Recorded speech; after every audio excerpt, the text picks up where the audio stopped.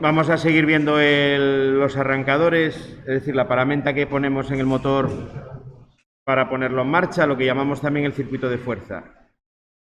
Dentro de las protecciones que nos obliga el reglamento de baja tensión con cualquier receptor eléctrico a tener, ¿no?, a protegerlo, vamos a ver ahora el térmico, que es el que nos va a proteger principalmente contra sobrecargas. ¿Vale? Sobrecarga, cuando el motor absorbe una intensidad que es mayor de la nominal, sin llegar a tener un valor de intensidad de cortocircuito, es decir, estaremos más o menos siempre por debajo de 3 veces la intensidad nominal, doble de la intensidad nominal, pues hasta 3 veces, ¿no? Podríamos decir que es una sobrecarga. ¿Por qué se da una sobrecarga en un motor? Pues a veces por el funcionamiento de la máquina, si le exijo una mayor potencia mecánica al motor de la que es capaz de dar, el motor intenta absorber más corriente para intentar mover la carga que yo le estoy poniendo en el eje, y es cuando se sobrecarga, ¿no? Es cuando podría venir, si no lo corto ese tipo de efecto, el motor se podría llegar a quemar. Los devanados están calculados y pensados por una intensidad, si le meto más, como cualquier cable, se quema. Además de la sobrecarga, el relé térmico me va a proteger de esas 4 cosas que tenéis ahí. Sobrecarga, arranques demasiado lentos, agarrotamiento y ciclos de arranque paro frecuentes. Esas 4 cosas generan calentamiento, que al final es lo que es capaz de detectar el relé térmico. Como su propio nombre indica, el relé térmico salta por temperatura. Arranques demasiado lentos, cuando tengo una máquina con excesiva inercia y el arranque se prolonga, como comentábamos creo que el otro día, que la intensidad en el arranque del motor puede llegar a ser, justo en el momento inicial, hasta 6 veces la intensidad nominal. Si yo me quedo mucho tiempo por aquí, por esta zona, es decir, no acabo de llegar aquí, que sería la velocidad nominal, las revoluciones por minuto nominales del motor, pues lo que estoy haciendo es meterle un montón de corriente al motor, ¿no? La corriente que tengo por aquí arriba es una corriente grande, ¿vale? Eso sería la sobrecorriente por un arranque demasiado lento. El agarrotamiento, me queda la parte móvil del motor trabada y entonces el motor, la reacción, lo mismo que lo mismo que cuando se traba ligeramente, ¿no? Le intenta absorber corriente para poder mover la carga que yo le estoy poniendo en el eje, el esfuerzo mecánico que le estoy pidiendo, y el motor se acaba quemando también. Y luego los ciclos de arranque paro frecuentes. Cuando estamos funcionando, como decíamos el otro día, en esa categoría C2 o AC4, lo que estoy haciendo es recalentando el estator, ¿no? La parte del circuito eléctrico del motor. ¿Por qué? Pues porque estoy trabajando en 5 o 6 veces la intensidad nominal de manera continuada. A picos de corriente, no es una corriente permanente, pero si estoy continuamente metiendo impulsos de 6 veces la intensidad nominal, pues el motor también se va a calentar, ¿no? Y se va a acabar quemando. Entonces también me protege contra esos ciclos de arranque paro frecuentes. Bueno, es la protección una de las fundamentales y que más vas a encontrar pues en arrancadores tradicionales junto con los fusibles. Los térmicos tienen un problema que os relata también por ahí en los apuntes, que es el tema de que como saltan por temperatura, siempre cuando los instale tengo que tener en cuenta las condiciones de climatización que tenga el cuadro eléctrico. Es decir, tengo que tener el cuadro bien ventilado. ¿Vale? En los cuadros hay diferentes sistemas de ventilación cuando el calor es excesivo, sobre todo en circuitos donde tengo la parte de fuerza con receptores que absorben corrientes grandes, pues como esas corrientes están pasando por toda la paramenta del cuadro, el cuadro se va a calentar. El calentamiento del cuadro hace que el térmico ya esté de por sí más caliente de lo que debería, con lo cual, en cuanto yo me pase un poco de la intensidad, puedo tener disparos antes de tiempo en ese relé térmico. Las protecciones térmicas siempre se ven muy influidas, como no puede ser de otra manera, por la temperatura.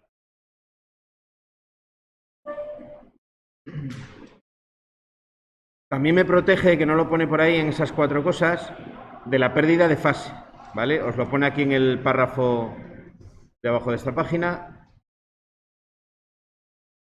Cuando yo tengo un devanado trifásico de un motor y pierdo una de las 3 líneas de alimentación, una de las 3 fases, las otras dos fases se sobrecargan. Estoy haciendo fuerza de alguna manera solamente en 2/3 del perímetro del motor. Al final yo lo que tengo en el motor, veremos al final del tema, es un campo magnético giratorio. Ese campo magnético giratorio está impulsado por 3 bobinas, por 3 devanados. Si yo pierdo una de ellas, estoy impulsándolo solo con 2.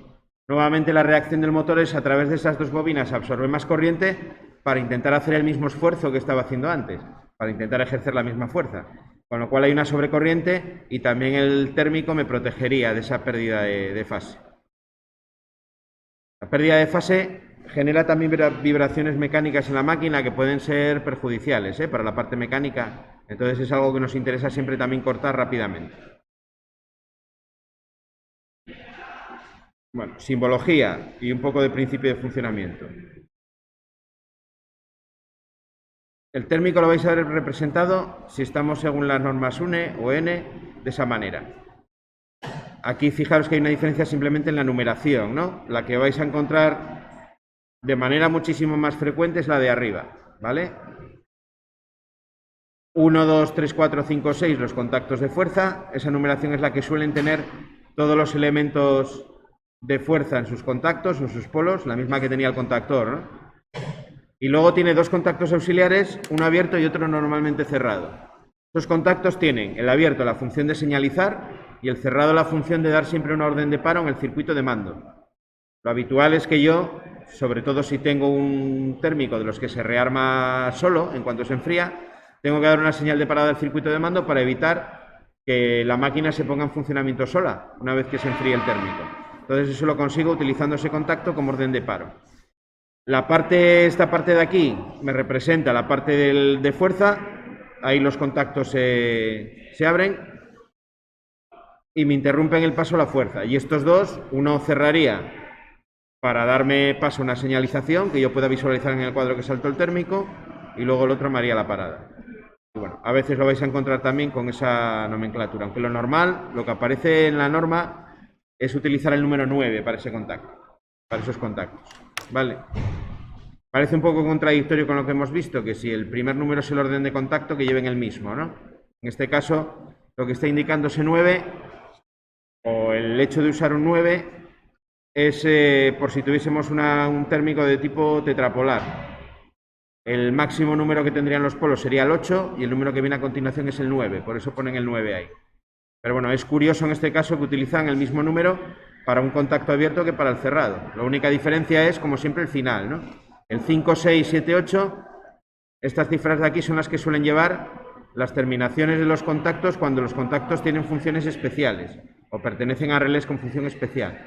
Los temporizadores llevan también esa terminación. En vez de llevar el 3, 4, 1, 2, llevan el 7, 8, 5, 6. Que sepáis que cuando veáis esa terminación 5, 6, 7, 8, o bien va a ser de un térmico, de un temporizador o cualquier tipo de protección o relé que tenga una función especial en el circuito. Bueno, la pinta que tienen físicamente, al menos uno de ellos, este es uno de telemecánica ya relativamente antiguo. ¿Vale? Los contactos de fuerza o la salida de fuerza normalmente están en la parte de abajo. Este es un térmico de los que se acoplan directamente sobre el contactor, por eso la entrada, los impares, digamos, en los bornes son estos pines de cobre que salen hacia arriba. Este se encajaría directamente en la parte baja del contactor. Si no pudiera, por el tipo de cuadro, normalmente los fabricantes tienen también unas bases donde yo puedo encajar el térmico y que tienen ya tornillos para poder cablearlo. Es decir, podría también cablearlo separado al lado del contactor, pero necesitaría un accesorio que sería una base para poder ponerlo. Los bornes de salida son por tornillo, igual que los del contactor, ¿vale? Este es parecidos a los que estamos montando. Exactamente este modelo no lo estamos montando, pero sí hay dos modelos. Uno más moderno, que como este tiene rearme, que vamos a ver ahora, y otro más antiguo que ese no tiene, se rearma de manera automática, de manera autónoma, digamos. Bueno, dentro de la clave del funcionamiento, para proteger, pues es en cuanto al funcionamiento de un dispositivo bastante mecánico. Lo que tiene en su parte eléctrica son 3 bimetales, 2 metales con diferente coeficiente de dilatación, que cuando se calientan el conjunto se dobla, ¿no? Como los forros estos de los libros, ¿no? Este forro, el típico, el de toda la vida, el que se corta, que con el tiempo van cogiendo y queda la portada del libro toda curvada, ¿no? Pues aquí lo mismo. Tengo 2 láminas, una aumenta su longitud, pues el conjunto, como están pegadas, están unidas, se dobla. Al doblarse lo que hace es mover estas pletinas que tiene aquí, son unas pletinas perforadas, donde el bimetal pasa a través de ellas y lo que hace es desplazarlas. Al desplazar cualquiera de los tres, lo que hace es interrumpir, tiene un mecanismo que hace que se puedan interrumpir las tres fases simultáneamente. Aunque tenga sobrecarga en dos de ellas o en una de ellas.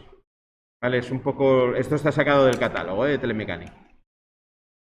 Es lo que llaman los puentes de disparo, esas pletinas, puentes de disparo y puentes diferencial. En los que se rearman, realmente lo que yo hago cuando le doy al botón de reset es poner estas pletinas en la posición de reposo, en la posición inicial. Los que se rearman solos, que no tienen rearme, normalmente las pletinas vuelven a la posición y hacen contacto directamente. ¿Vale? Tendrían un mecanismo más parecido a este de aquí. Estos serían los bimetales principales. Aquí es donde metemos hacemos pasar alrededor con un cable la corriente que yo quiero detectar. Esto sería un polo. ¿Vale? Esto sería la corriente de uno de los polos. Tendríamos tres de esos y lo que hacen es abrir el contacto, ¿no? Que sería aquí la parte de fuerza cuando se doblan.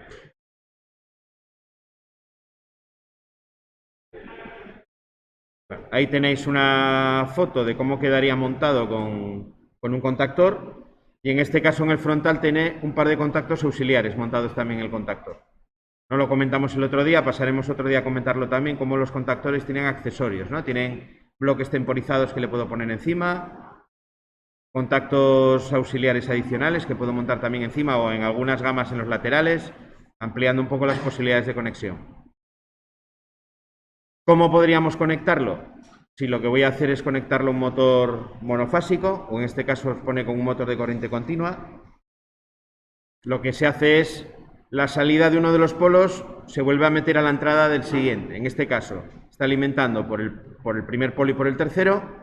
Fijaros que la salida del tercer polo se vuelve a hacer pasar por el segundo. ¿Vale? Eso sería el caso. Hago esa realimentación que estoy haciendo ahí. Eso es para que los tres polos estén recorridos por la misma corriente y que pueda disparar bien, ¿no? Como en monofásica la corriente que entra, ya sea en corriente continua o en corriente alterna monofásica, la corriente que entra tiene que ser igual a la que sale. Lo que hago es una de las corrientes, la hago circular por los dos polos disponibles. Con eso lo que voy a conseguir es que salte de manera perfecta, ¿no? Exactamente igual que si estuviese recorrido por las tres corrientes equilibradas. Aquí el caso de una conexión normal, trifásica, siempre acoplado justo debajo del contactor. El orden que voy a tener en el arrancador normalmente es la protección contra cortocircuitos aguas arriba, el contactor que es el elemento de conexión y debajo la protección térmica. Bueno, tiene que quedar claro también que el térmico aquí la función que tiene es proteger al receptor y por tanto va a proteger también la instalación, los cables. ¿Vale? Esto es diferente con la instalación de una vivienda o de un cuadro eléctrico donde yo voy a tener circuitos donde no conozco la potencia que voy a emplear en la realidad, en la práctica, y lo que hago es protejo la instalación, los cables, con una intensidad máxima, ¿no? Que me va a permitir. Aquí tenemos que proteger el motor. Por eso, si os fijasteis ya antes en el frontal de este, que tiene una regulación. Esta rosca que hay aquí me permite regular el umbral de disparo. ¿Vale?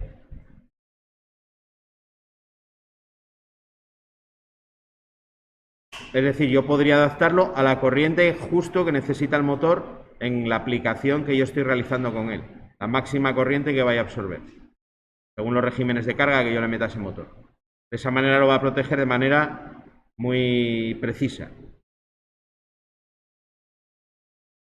Tenemos tres tipos principales, según la norma ESA 947, la IEC, que regula esta paramenta, de clase 10, de clase 20 y de clase 30. Ese 10, 20, 30 significa el máximo tiempo de arranque que permitirían. Es decir, el de clase 10 permitiría arranques de hasta 10 segundos, es decir, va a ignorar o no va a saltar con esas sobrecorrientes en los primeros 10 segundos. Luego tendría el de clase 20, que admitiría arranques de hasta 20 segundos, y el 30 de 30 segundos. Es decir, el de clase 20 es más lento que el de clase 10 y el de clase 30 es más lento que los otros dos. ¿Vale? Van siendo cada vez más lentos. ¿Dónde se dan este tipo de arranques tan sumamente largos? En máquinas normalmente de gran potencia. Aquí en relés de clase 20 y de clase 30 estaríamos hablando normalmente de motores de alta potencia y que serían motores de anillos rozantes, por regla general. Los que más vais a ver, o los que se utilizan habitualmente con motores de jaula, son los de clase 10, son los más comunes. Si lo vemos desde el punto de vista de las curvas,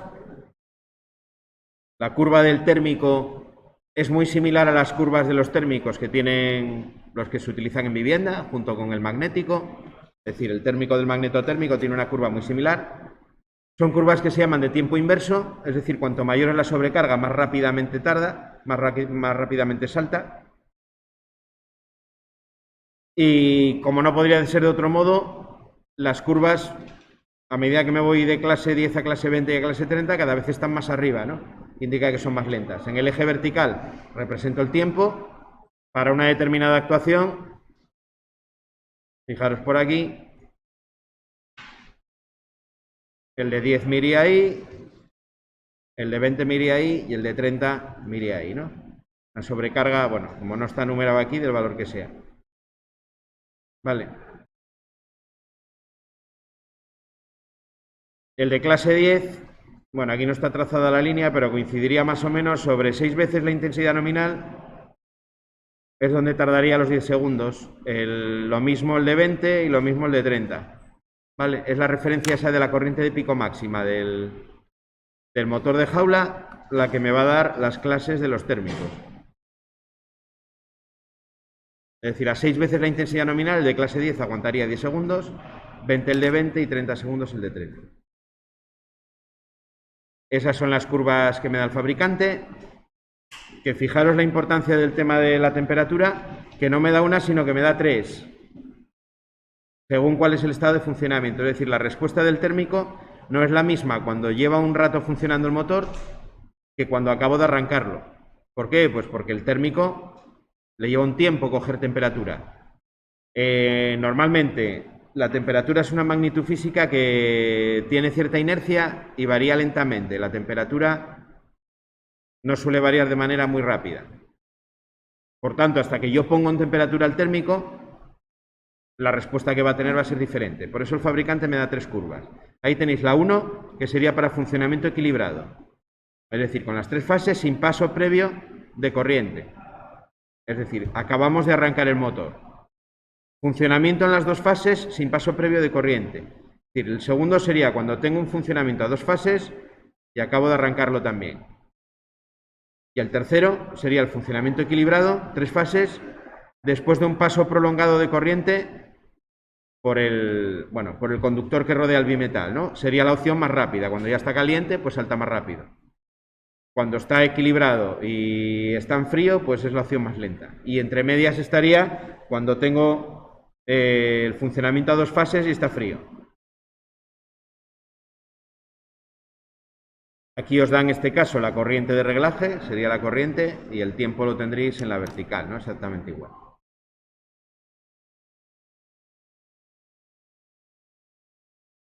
Respecto a cómo se rearman, hay 2 tipos principales, que son los que se rearman de manera automática o los que tengo que rearmar manualmente.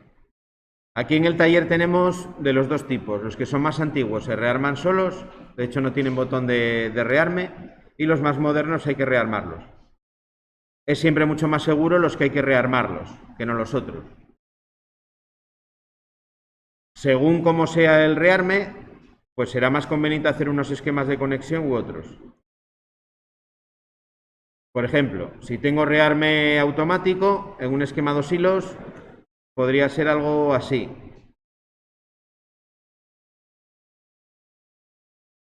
¿Vale? Lo que pasa que en este caso, si estoy utilizando un interruptor, aquí tendría un problema de seguridad importante, ¿no? Si se rearma de manera automática y yo dejo este interruptor cerrado, en cuanto el contacto F1 vuelva a cerrarse, la máquina vuelve a funcionar. Sería mejor emplear este de aquí. Rearme automático, el esquema 3 hilos. Es decir, con un pulsador de marcha memorizado. De esa manera, en cuanto salta el térmico y se abre el contacto auxiliar, el contactor se pararía y hasta que yo no vuelva a pulsar marcha, la máquina no podría arrancar. Esta ya exige una actuación por parte del operario. Y luego en el rearme manual realmente me da igual. Aquí sí que no tendría problema, porque al tener que rearmarlo manualmente, pues hasta que el operario no le dé al botón de rearme, al reset del térmico, la instalación no va a poder funcionar. Fijaros que en los tres casos la utilización del contacto 9798 sería señalizar, indicar la detección, ¿vale? Puede ser directamente una lámpara o a través de otro circuito, a través de un relé. Cuando utilizamos, por ejemplo, autómatas programables, lo que hacemos es meter el térmico, el abierto, a una de las entradas del autómata y el cerrado lo sigo utilizando por cableado con la salida. Imaginaos que tenéis, por ejemplo, la salida de un autómata con un relé libre de potencial.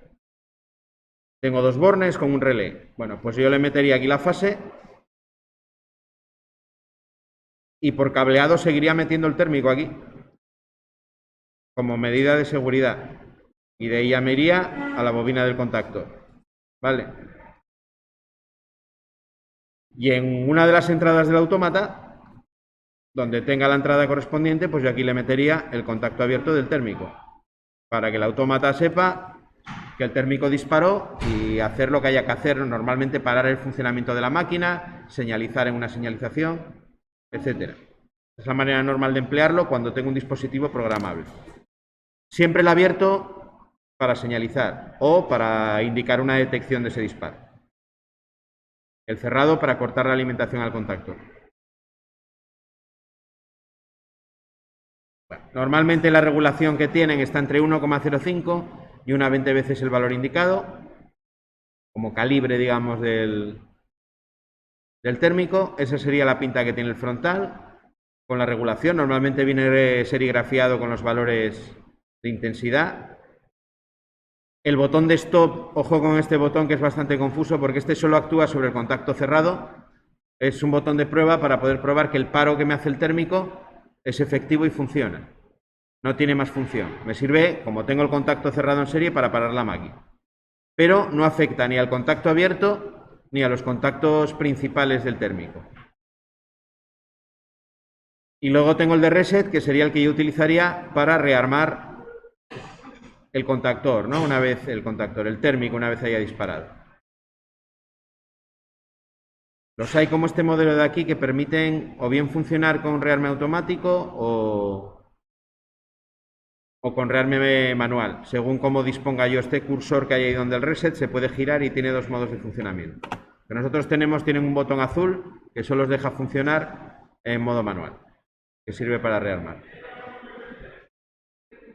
Bueno, y el otro elemento que quería que viésemos hoy, o por lo menos que tengamos una idea, los disyuntores.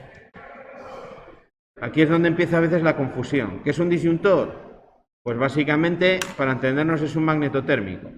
No siempre, pero normalmente es un magnetotérmico. En su aplicación industrial de este tipo de protección, normalmente el nombre que reciben son disyuntores. Y a veces incluso, cuando estoy para un motor de pequeña potencia, lo puedo utilizar incluso como arrancador, lleva el nombre arrancador. Es decir, los hay que van a tener la posibilidad de servir como elemento manual de mando de la instalación. ¿Qué protección realiza el disyuntor? Principalmente lo vamos a utilizar como protección contra cortocircuito o contra sobrecargas y cortocircuito, según como sean.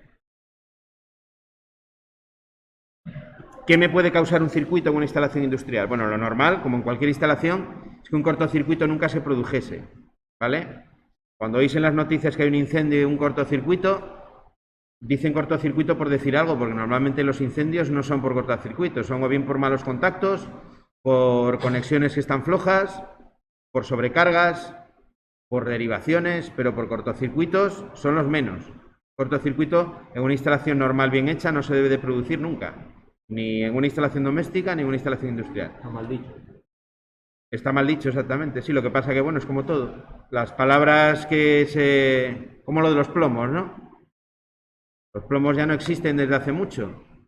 Pero seguimos diciendo saltaron los plomos, o hay que cambiar los plomos, o cosas de lenguaje. Pero en este caso, los incendios normalmente no son por cortocircuito. Puede haber alguno que sí lo sea, pero no es lo normal. Lo más normal, una conexión mal apretada. una regleta donde el macho entra flojo sobre la hembra, hay un montón de conexiones, empieza a recalentar y acaba quemando. Y te quema, al final te quema pues o una escayola, o una pieza de madera, o una cortina, o te provoca el incendio porque encima cerca tiene algo que es inflamable, o que puede prenderse fuego. Es una instalación industrial. Tengo más cosas que en un momento dado me podrían producir un cortocircuito. Cables rotos, flojos o pelados, eso puede venir de una mala instalación o bien de modificaciones que se hagan en la instalación a posteriori. Los cables flojos, si no en un mantenimiento no se van apretando las conexiones, va a haber cables flojos con el tiempo siempre.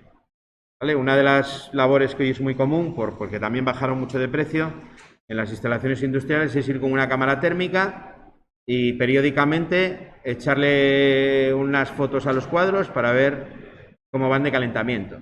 Así puedes, lo primero, detectar todas esas conexiones que están flojas porque va a haber calentamiento. Puedes detectar si tienes fases sobrecargadas en algún circuito. Todo ese tipo de cosas que van relacionadas con la temperatura se van a ver ahí muy bien. Un cuadro que no sea bien estanco, que no esté bien conseguida su estanqueidad, puede tener depósitos de polvo y puede tener humedad. Esas dos cosas juntas me van a originar cortocircuitos superficiales a través de los bornes. Filtraciones de agua, pues también hay veces en procesos industriales que hay líquidos que son conductores. El agua normalmente no es conductora, el agua es aislante, ¿vale? Lo que pasa es que si yo modifico la composición de sales que tiene, puedo conseguir que sea conductora. El agua del mar es bastante más conductora que el agua que tengo del grifo, que es bastante aislante. Pero el agua del mar, como tiene sal, conduce la electricidad con cierta facilidad. ¿Qué cualidad tiene el agua? Incluso cuando es aislante, como el agua, vamos, por pura que sea, que el agua o los líquidos siempre reducen la resistencia superficial. El agua, por ejemplo, cuando yo tengo la mano mojada y hago contacto con algo eléctrico, el peligro que tiene el agua no es porque conduzca, porque el agua no conduce. El peligro de agua es que pone en contacto todos los poros de mi piel con todos los poros del material conductor o que está en tensión que yo estoy tocando. Entonces el agua hace que la superficie de contacto aumente de una manera brutal, con lo cual estoy reduciendo siempre la resistencia del contacto a la larga. Pero el agua es aislante, ¿vale? No pensamos como de la bañera, ¿no? Estoy en la bañera, tiro ahí el tal o de las películas y lo electrocuta. Si hubiese una buena protección en la instalación, pues igual no moría. Pero la electrocución de esa persona que está en la bañera viene porque tiene todo su cuerpo en contacto con la bañera, que normalmente es metálica. Al estar dentro del agua, la superficie de contacto es infinita para que pueda pasar la corriente con toda facilidad. Con lo cual la resistencia, aunque el agua sea aislante, la resistencia superficial se reduce tanto que estás perdido, ¿no? El agua y la electricidad son muy malos amigos siempre. Entonces eso me puede originar también en los cuadros eléctricos cortocircuitos. Y luego receptores que estén deteriorados, todas estas conexiones de cables que son móviles, que se van rozando, se va rompiendo el aislamiento. Roedores también es otra causa. Animales pequeños que se te metan por los tubos o en las canalizaciones y empiecen a comer los cables. Es lo más habitual, pero de todas maneras un cortocircuito o una instalación bien mantenida, vuelvo a repetir, no debería de producirse, es algo excepcional. El cortocircuito al final lo que produce es un aumento de corriente muy grande que puede destruir la instalación, ¿no?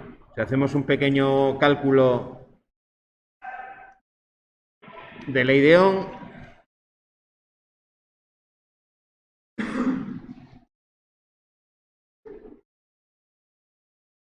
con una resistencia de una centésima de ohmio, es decir, cojo un cable, lo pelo y lo meto en un enchufe, ¿cuánto nos da esto? 2300 amperios. No, esto es mentira porque aquí esta tensión en un cortocircuito normalmente se estima en el 80%, tendría que reducir, pero bueno, voy a estar en los miles de amperios seguro. Esto es un cortocircuito. Tengo dos cables, los uno con una resistencia que es muy pequeña y la corriente que pasa por aquí, lógicamente, pues es muy grande.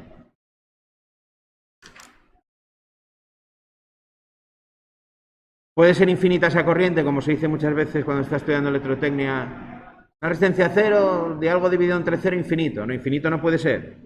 ¿Cuánto puede ser como máximo esa corriente? Pues eso me depende del transformador, ¿no?, que me alimenta la instalación.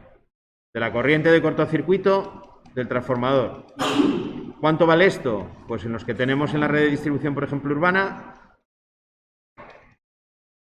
25.000, 30.000 kiloamperios. Para los de 400 kVA y 630, que son los que hay en la red de distribución urbana, en general en España, andaremos sobre esos valores de ahí.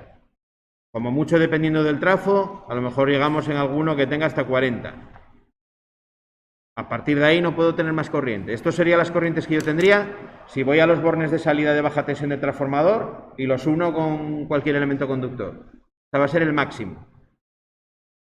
Luego también depende de la red que alimenta ese transformador, a su vez de la potencia de cortocircuito que tenga las líneas de alta tensión que llegan a ese centro, de media tensión en este caso, que tendrá también unos transformadores en cabecera, en la subestación, que tendrán unas potencias de cortocircuito.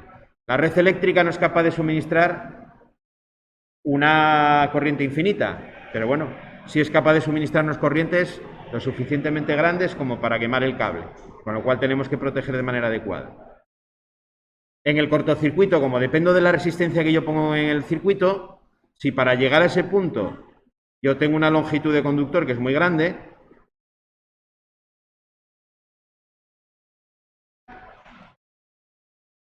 la intensidad de cortocircuito se va reduciendo, ¿no? Imaginaos que yo pongo aquí esa resistencia de 0,01 ohmios, donde hago el cortocircuito, pero yo tengo longitudes de conductor muy grandes. La resistencia del conductor es la resistividad por la longitud partido de la sección. Si la longitud de conductor es grande, ¿qué pasa con la resistencia? Que es grande también, ¿no? Por eso, a medida que yo voy avanzando en una instalación, a medida que me voy acercando más a los receptores finales, la intensidad de cortocircuito cada vez es más pequeña. Aquí en el taller debemos de tener 200 y pico amperios. Quiero recordar la última que se midió, por ahí andaba. Me imagino que a lo mejor con Ricardo algún día lo mediréis y, bueno, lo comprobaréis. Seguro que no llega a 400 amperios. Por 300 y algo, por otro día, la última vez que lo había medido. Sí. Bueno, pues por ahí. Por eso cuando hacemos un cortocircuito aquí, no tiene mayor peligrosidad. Bueno, son 300 amperios, ¿no? Pero bueno, tenemos un cuadro que nos protege, salta la protección en un tiempo suficientemente rápido como para que no pase nada. Sí que le da tiempo a que las puntas de prueba, por ejemplo, de polímetro, si lo hago, se volatilicen en algún caso, pero no hay mayor peligro. Ese mismo cortocircuito con un polímetro, por ejemplo, lo hago en una instalación industrial, en un cuadro que está a 10 metros del centro de transformación y, bueno, nada, iríamos a dar el pésame a quien corresponda. Por eso, cuando se mete uno las puntas de prueba del polímetro en cualquier sitio, de cualquier aparato de medida, hay que pensárselo mucho, ¿vale? Sobre todo en los cuadros industriales, que muchas veces el transformador está en la propia industria y lo tengo muy cerca. O sea, la longitud de cable no me da para limitar la corriente de cortocircuito nada. Tengo corrientes de cortocircuito muy grandes. La única limitación que tengo, que sí que puede ir en mi favor, pues las protecciones magnetotérmicas que yo tenga, que como vamos a ver ahora me limitan también la intensidad de cortocircuito. Lo que se llama la filiación de las protecciones. Eso es lo que viene a ser un corto. Eso es lo que vamos a intentar proteger en primer lugar con el disyuntor. Tenemos un primer tipo que serían los disyuntores o guardamotor magnético. Fijaros que hay una pequeña diferencia ya visual, ¿no? Lo que veis en la foto, con el que serían el de una vivienda, que es el dispositivo manual de accionamiento, ¿no? Que es distinto. Bueno, este es muy parecido, lo que pasa es que la tecla no va de lado a lado, ¿no? Solo tiene la tecla como más pequeña, más parecida a la de un diferencial. Tiene los 3 polos, porque está pensado para un motor. Otra característica que sacamos aquí viendo el símbolo es que tiene seccionamiento. Siempre que veáis este símbolo, significa que ese contacto tiene seccionamiento. Seccionamiento es que la separación entre los contactos es suficientemente grande para garantizarme aislamiento aguas abajo. Es decir, si yo lo abro los contactos, lo que está aguas abajo está completamente aislado de lo que está aguas arriba, con los márgenes de sobretensión que marca la norma adecuados. ¿vale? Podría trabajar, si yo tengo que descargar la instalación para hacer un mantenimiento sin tensión, ese elemento me permite hacer ese descargo de la instalación de manera adecuada. Puedo trabajar tranquilo, que estoy aislado de lo que tengo aguas arriba. Los hay incluso que incorporan, como va a estar en industria y a veces tengo que hacer esos descargos, algún dispositivo para meter un candado, un enclavamiento, para poder realizar los trabajos de mantenimiento con tranquilidad, cumpliendo con la norma. Luego tengo el de al lado, que es el mismo, pero de accionamiento giratorio, que también son muy típicos de utilización en industria. Este tiene el elemento de enclavamiento, este modelo, si no me equivoco, por aquí arriba. Este sí que tiene algo para poder enclavarlo. ¿Vale? Fijaros que la única diferencia en el símbolo, pues es aquí en el accionamiento, ¿no? Accionamiento manual en general, y este sería el símbolo que le damos al accionamiento giratorio, sí. Como solo tiene relé magnético, solo protege contra cortocircuitos, el símbolo aparece solo la I latina con el mayor que, ¿no? Que es el símbolo de la parte magnética. ¿Cómo funciona? ¿Cómo es el principio de funcionamiento? El principio de funcionamiento es parecido al de un relé, por no decir igual. Un núcleo magnético, hago pasar la corriente que yo quiero medir alrededor de ese núcleo magnético en forma de bobina. En este caso son bobinas que tienen 2-3 espiras y hay un grosor de conductor bastante grande, un diámetro bastante grande el conductor. Es decir, es una bobina que tiene una resistencia despreciable, es decir, desde el punto de vista eléctrico la tengo puesta en serie con la corriente que quiero medir, pero no afecta al circuito para nada. Cuando la corriente es una corriente suficientemente larga, pues igual que un relé, atrae la parte móvil, se forma un polo norte y un polo sur, hay un efecto de atracción y esa parte móvil arrastra el elemento de disparo con un muelle que hace que los contactos se abran. Los de vivienda funcionan exactamente igual. Vale. ¿Cómo lo podríamos asociar en un arrancador? Pues iría aguas arriba, ¿no? El arrancador con disyuntor magnético empezaría por el disyuntor magnético, luego tendría el contactor y aguas abajo pegado al contactor el térmico. Ahí ya tendría un arrancador completo. Los umbrales de disparo magnético, ¿en qué valor de intensidad están? Si estamos hablando de motores de guardamotor, normalmente vamos a estar entre 10 y 12 veces la intensidad nominal. Aquí tenemos más variedades, ponen de 3 y 5 porque podríamos disponer en los diferentes fabricantes de más opciones para ajustar lo más posible a los valores de intensidad en el arranque del motor. Si hablásemos de instalación en vivienda, un cuadro comercial, iríamos a lo que se llama una curva tipo D, ¿no? La que salta entre 10 y 12 veces la intensidad nominal. Aquí normalmente estaremos también en ese tipo de tiempo de respuesta, de curvas. Los disyuntores hacen siempre cortes omnipolares, es decir, las 3 fases van a ir a la vez, como es lógico. Características así más relevantes: el poder de corte, la primera, igual que en los magnetotérmicos de vivienda, pues la intensidad de cortocircuito que son capaces de interrumpir. Aquí hablamos de 2 valores y la norma que lo regula también es diferente. Hablamos del poder asignado de corte último, valor eficaz máximo de corriente que permite realizar un corte correctamente y a continuación una operación de cierre-apertura. Entonces podríamos decir que si lo llevo a utilizar hasta el valor de corte último, aguantaría solo un cortocircuito. Al siguiente, moriría en el intento. ¿Se hace eso en la realidad? Bueno, según el tipo de coordinación por el que se opte, puede ser el caso. Que se esté utilizando un automático como si fuese un fusible en realidad. Porque si tú tienes series de mantenimiento y sabes que le has metido un corto y sabes que ese automático está pensado para su poder asignado de corte último, pues lo que tendrías que hacer sería sustituirlo. Porque al siguiente la máquina te va a quedar fuera de servicio. A lo mejor no lo sustituyes en ese momento porque la idea es que lo puedas rearmar y la máquina siga funcionando. Pero bueno, sabes que otro no lo va a soportar. Y luego estaría lo que se llama el poder asignado de corte de servicio, que se aguantaría 2. Un primer cortocircuito, lo rearmas y aguantaría un segundo cortocircuito y se podría rearmar. Es bastante habitual que en aplicaciones industriales las protecciones se lleven mucho más al límite que en una vivienda. En una vivienda, de hecho, la misma protección te van a dar unos valores de utilización distintos que a los valores de utilización en una aplicación industrial.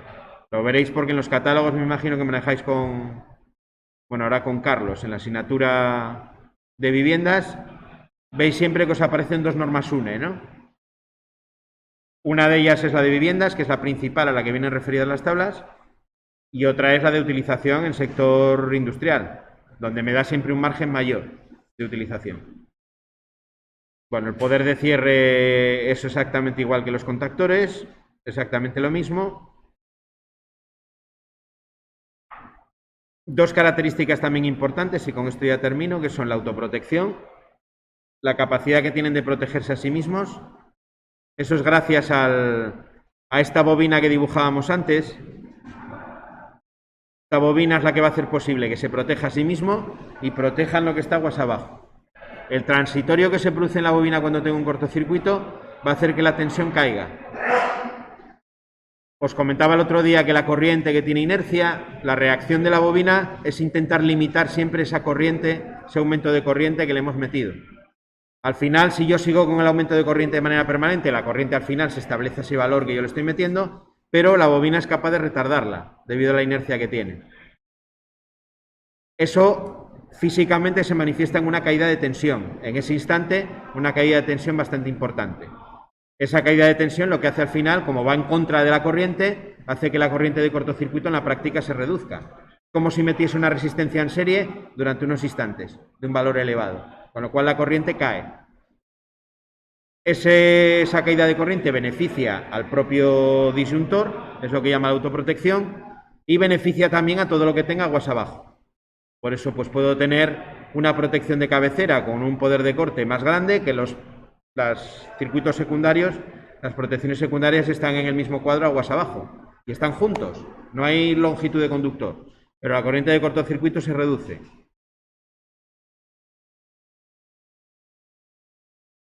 Y bueno, ahí tenéis las curvas sacadas de catálogo también. Veis que son muy parecidas, ¿no?, a las que tenemos en uno de viviendas. En este caso me dan una curva, no me dan tanto el margen como que me dan ya la curva de manera más concreta. En la parte térmica me vuelve a poner, este sería de uno ya magnetotérmico. Las mismas tres curvas que tenía con el térmico son exactamente iguales.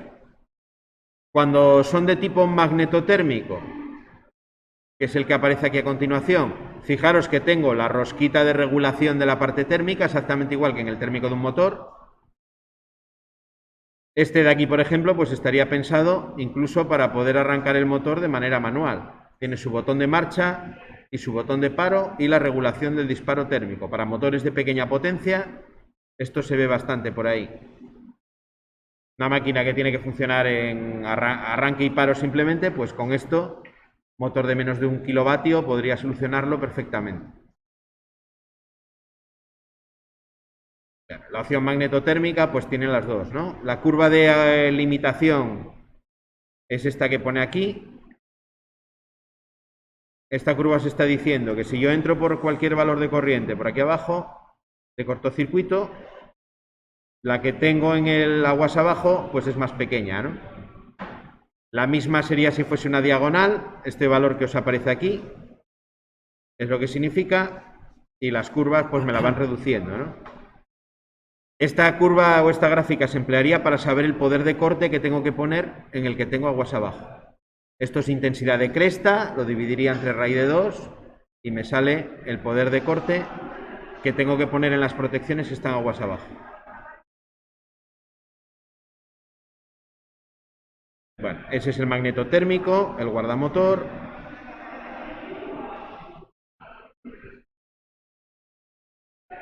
Y hasta ahí llegamos hoy. Vale.